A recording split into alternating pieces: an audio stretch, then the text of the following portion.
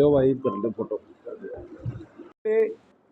एक महीने में मैंने 82 प्रोग्राम किए। हमारे 36 के 36 गांव में गया और 46 जो कार्यक्रम है मैंने शहर की अलग अलग कॉलोनियों में अलग अलग वार्डों में किए। जहां पर गया वहां एक ही बात सामने आई कि सरकार में भ्रष्टाचार से सभी वर्ग दुखी हैं। जिस कॉलोनी में मैं गया उस कॉलोनी में पीने का पानी नहीं, सीवरेज सिस्टम जो है वो खराब मिला, सड़कें टूटी फूटी हैं और गरीब व्यक्ति की सरकार ने बुढ़ापा पेंशन काट दी और बीपीएल कार्ड काट दिए, जिससे आम आदमी जो है वो बड़ा परेशान लगा। बहुत सारी ऐसी महिलाएं मिली जिनके आंसू देखे भी नहीं जा सकते थे। वो रोते हुए बताए कि बेटे हमारी पेंशन भी काट दी, बीपीएल कार्ड भी काट दिया और हमारा आमदनी का कोई साधन नहीं है। तो शहर में इतनी तकलीफ देकर ये महसूस हुआ कि भाई ये सरकार जो है ये सिर्फ चंद अमीरों की सरकार है। जींद के अंदर भ्रष्टाचार का पूरा बोलबाला है। 400 रुपये गज रजिस्ट्री के यहाँ पैसे लिए जाते हैं तहसीलदार ऑफिस में। नगर परिषद में 150 से 200 रुपये गज जो है प्रॉपर्टी आईडी के नाम पर लूट चल रही है। किसके पास ये पैसा जाता है? हमारा सवाल आपके माध्यम से ये है।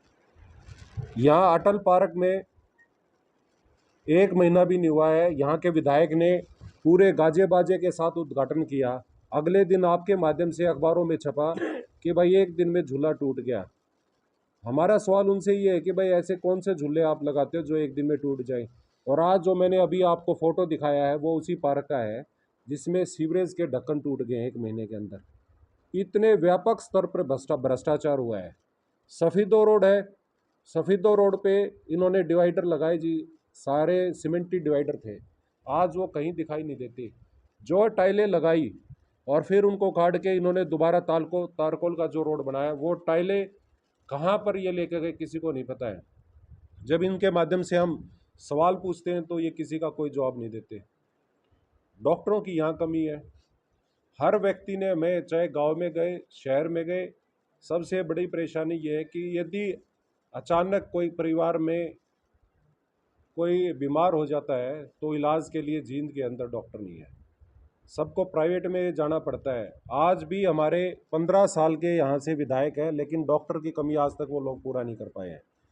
मैं मिड्डा साहब से ये भी पूछना चाहता हूँ कि भाई आपने यूनिवर्सिटी में कर्मचारी पक्के करवाने के लिए कभी आवाज़ नहीं उठाई, प्रोफेसर आपने पक्के करवाने के लिए नहीं आवाज़ उठाई।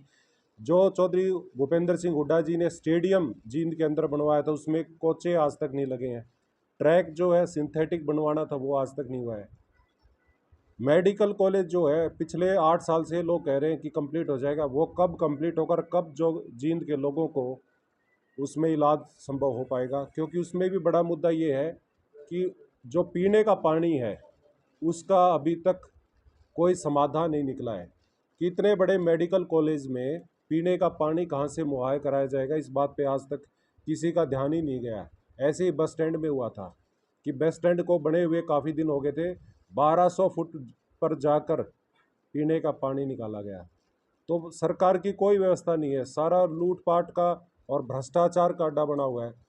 किसी गांव में आप चले जाओ, यदि जींद शहर के नज़दीक के गांव है तो एनओसी के नाम पर लूटमारी हो रही है। गरीब आदमी को कहते हैं भाई आप एनओसी लेके आओ, उसके इतने चक्कर कटाते, दुखी होकर परेशान होकर दलालों से संपर्क करना पड़ता है। तो आपके माध्यम से पूछना चाहता हूँ, इतना भ्रष्टाचार, इतने व्यापक स्तर पे भ्रष्टाचार जींद के अंदर है जिससे यहाँ पर रहने वाला हर व्यक्ति परेशान है। दूसरा जो है, 20 तारीख को मैंने कहा था कि भाई चौधरी दीपेंद्र सिंह हुड्डा जी की हम रैली करा रहे हैं। पुरानी अनाज मंडी में 20 मई को ही रैली है सुबह 10 बजे। इस रैली के मुख्य अतिथि जो है चौधरी दीपेंद्र सिंह हुड्डा जी हैं। साथ में मेरे साथ भारत यात्री रहे और राष्ट्रीय प्रवक्ता भी हैं कन्हैया कुमार जी, वो भी इस रैली में शिरकत करेंगे, तो हम उनका भी यहाँ पर स्वागत करेंगे। दूसरे और बहुत सारे नेता हैं जो पार्टी के, जो वो भी आएंगे इस रैली में। और इस रैली को लेकर पूरे शहर में, गांव में इतना उत्साह है, मैं आपको बता नहीं सकता। हज़ारों हज़ारों की संख्या में, भारी संख्या में लोग चौधरी दीपेंद्र सिंह हुड्डा जी को सुनने के लिए आएंगे। यदि लोगों पे विश्वास करें तो आप यकीन करना कि लोग तो ये चाहते कि कल इलेक्शन हो जाए या सरकार चली जाए। इस सरकार से लोग इतना परेशान हैं। और कर्नाटक ने हर उस व्यक्ति को जिसकी यह सरकार विरोधी है, चाहे वो किसान हो, महिला हो, चाहे दलित हो, चाहे व्यापारी हो, वो सब खुश हुए कि देश में बदलाव के संकेत आ गए हैं। आज हमारी बेटियां जो हैं वो दिल्ली जंतर मंतर पर बैठी हैं। जो बेटियां इस देश के लिए मेडल लेके आई, आज उनको जंतर मंतर पर बैठना पड़ रहा है। जब वो मेडल लेके आती थी, मोदी जी कहते थे कि हमें अपनी बेटियों पे गर्व है। क्या वो देश को मेडल लेने वाली बेटी किसी जाति धर्म की है? जो देश का गौरव है, ऐसे ही जवान, हमारे जो आर्मी में जवान होते हैं वो भी देश का गौरव होते हैं। उन बेटियों को धरने पर बैठना पड़ रहा है। और अपराधी जो है, जिस पर 70 से ज़्यादा मुकदमे दर्ज हैं, ऐसे अपराधी जो वो टीवी पर आकर बयान देता है, तो हमारे लिए भी बड़ी शर्म की बात है। आज मोदी जी के मुंह से एक बार भी दो शब्द नहीं निकले कि बेटी बचाओ बेटी पढ़ाओ के नारे देने वाले बेटियों के बारे में दो शब्द नहीं बोल पाए। तो आज आपके माध्यम से यही कहना चाहते हैं कि ये हमारी जो रैली है, इसका नाम हमने हाथ से हाथ जोड़ो रैली रखा था, लेकिन ये रैली जींद बचाओ रैली भी है और फाटक खोल रैली भी है। जैसे मैंने पहले भी आपके माध्यम से कहा है कि जींद शहर को दो भागों में इन लोगों ने बांट दिया है। 1 किलोमीटर के अंदर चौथा अंडरपास बनने जा रहा है। 1 किलोमीटर के अंदर 4 अंडरपास बन जाएंगे। उनमें इतना जितना पानी भरेगा, उस पानी को निकाला कहाँ जाएगा? क्योंकि एक तरफ तो शहर की दुकानें हैं और दूसरी तरफ सारी चारों तरफ कॉलोनियाँ बसी हुई हैं। आप सोच सकते हो, जिस शहर में 1 किलोमीटर में 4 अंडरपास हो जाएंगे, जी का जंजाल बन गया है। 25% हिस्से को इन लोगों ने डिवाइड कर दिया है, जिससे पैदल आने जाने का रास्ता भी बंद हो गया है। तो ये इनकी विभाजन की जो नीति रही है, फूट डालो राज करो, क्योंकि इन्होंने कभी लोगों को जोड़ना नहीं चाहा। तो इनकी नीति यही थी कि भाई फूट से ही लोगों को, और आज भी जिन शहर को 2 टुकड़ों में इन्होंने बांट दिया, पूरी तरह से इसके लिए मिड्डा साहब जिम्मेवार है। क्योंकि जब ड्राइंग की बात आती है तो सारे अधिकारियों ने भी उन्हीं के ये मिड्डा साहब ने ही बनवाई है। करोड़ों रुपए की व्यापारियों की जो दुकानें हैं, उन पर धंधा चौपट हो गया है। उधर जितने 8 वार्ड के लोग हैं, उनके जितने हर घर में इसने आर्थिक चोट पहुंचाई है। हर घर का रेट जो है, वहाँ पे मार्केट का रेट हो, चाहे घरों का रेट हो, कॉलोनियों में, वो आधा रह गया है। और अभी तो बरसात नहीं आई है। जब पहली बरसात आएगी उसका क्या समाधान निकलेगा, ये अभी तक इस बारे में कोई विचार नहीं हुआ है। 1 महीने बाद आपके माध्यम से कहना चाहता हूँ, देख लेना कि पूरा शहर जो है 25% हिस्सा कट हो जाएगा, क्योंकि चौथा अंडरपास वहाँ बनने लग रहा है और समाधान कुछ नहीं निकला है, सिर्फ हवाई बातें हो रही हैं। तो व्यापक स्तर पे जो भ्रष्टाचार है, हमारा यही मुद्दा है। और जींद को बचाने के लिए हम ये रैली कर रहे हैं, चौधरी दीपेंद्र सिंह हुड्डा जी की फाटक खोल रैली भी हमने इसका नाम दिया है।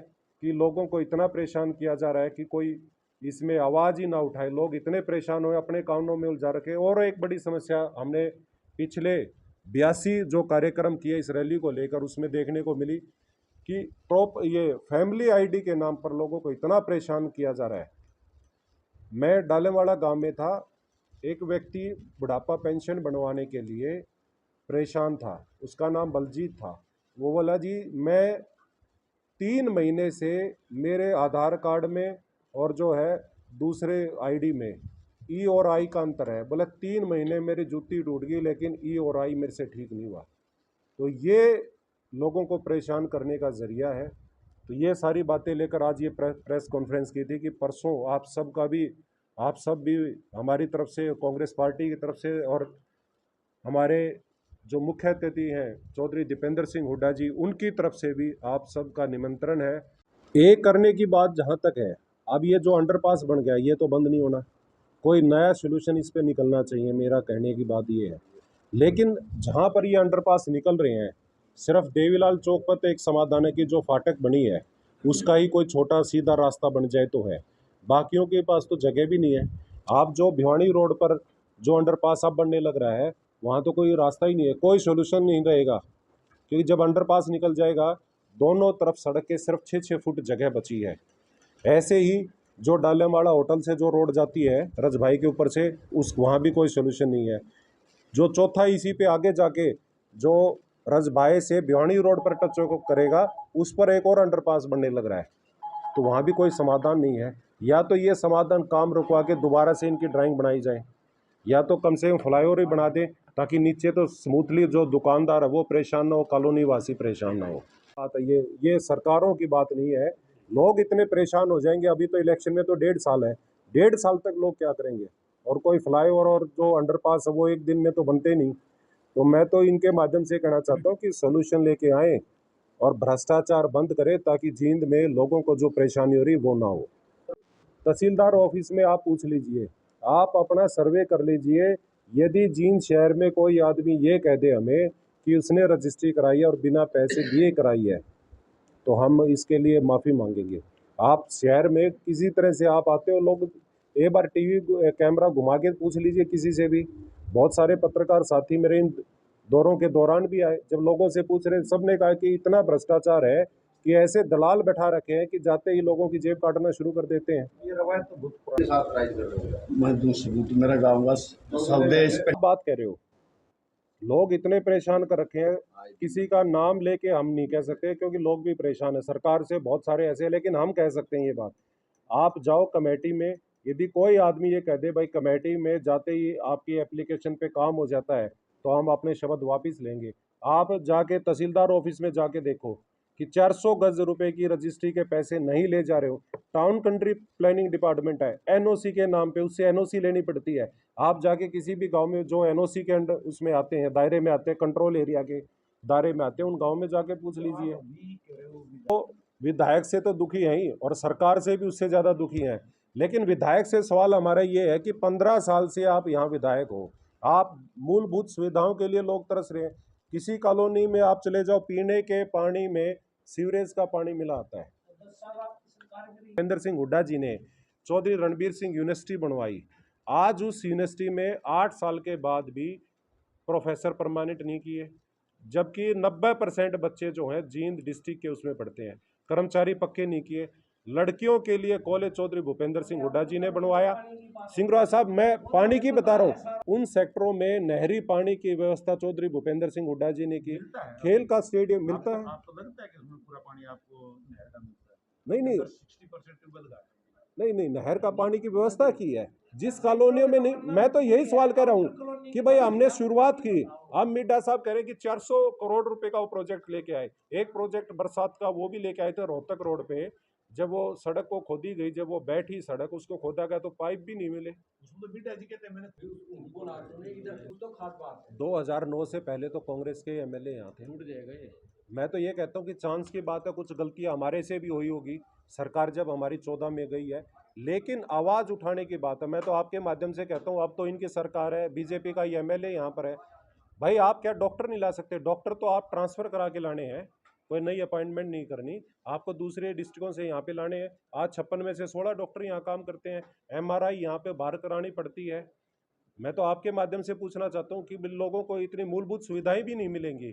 जिस कॉलोनी में जाते हैं लोग इतने परेशान हैं। कांग्रेस के राज में सिलेंडर जो है 400 रुपये का था, आज